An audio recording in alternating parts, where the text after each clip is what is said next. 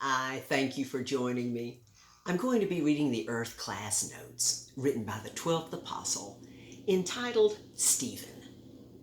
Dr. Luke was commissioned to write both the gospel account of Luke and the record of the Acts of the Apostles by a wealthy nobleman, with Acts being an extension of the Gospel of Luke. Chapters 6 and 7 were primarily written about Stephen, a great young man with much understanding, knowledge, and strong belief in God and his plan for his chosen people, with the rest of the written record of Acts being about Saul, whose name was changed to Paul after his conversion. Dr. Luke was a very educated man for his time and knew how to write and take notes. This is why God used Luke to the extent that he did. We're so blessed to be born now when scientific knowledge is at the level it is today, especially in the context of communication, and it's increasing so fast. Even the greatest knowledge of the ultimate truth through these earth classes.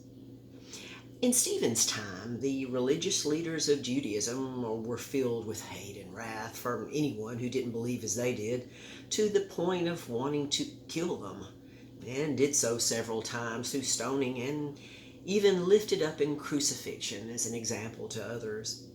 Saul, whose name was changed to Paul, was commissioned and paid by the religious leaders of Judaism to find, arrest, and have executed all who would not recant and deny faith in Jesus Christ. Many naive souls today wrongly think modern man would not do anything like that, but it still occurs in this evil world age with far too much frequency. It took a close, blinding encounter on the road to arrest more believers in Jesus Christ to truly get Saul's attention, who had just been the main prosecuting attorney in Stephen's execution by stoning.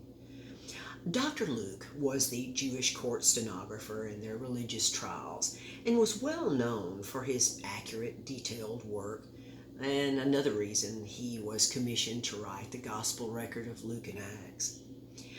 Please don't get off the track of the straight and narrow way of truthful, accurate, logical thinking about who wrote the Bible record, as so many have done, thinking through subjective reasoning that God wrote the Bible or told chosen men what to write.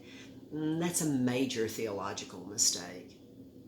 Consider the great understanding, knowledge, and belief that Stephen had in his great unconditional love that he had even for the people who were stoning him.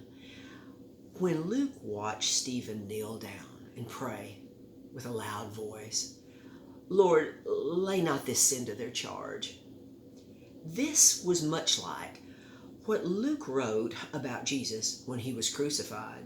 Then said Jesus, "Father, forgive them, for they know not what they do." These were real people who lived and died here. Jesus was not God. He was and still is the only begotten Son of God.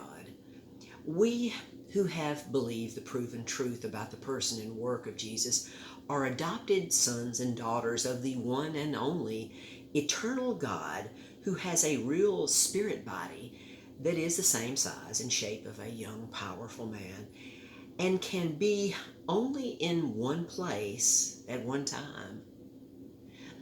Sadly, most think if there is a real God, then it's a incomprehensible force or being. But there is a real, true God of love.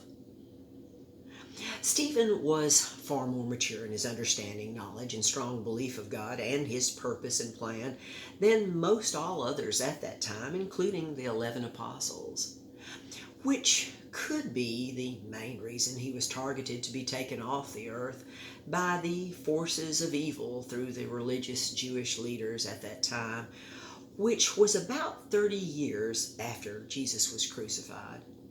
Therefore, Jesus could not legally appoint the 12th apostle then, who had enough understanding, knowledge, and belief to be qualified to be an apostle and the 12th Jewish. to legally close the case against evil forever. The 12th apostle has been appointed. The case against evil has been closed. The many eyes in the skies are upon us, and the time is nigh. Until next time.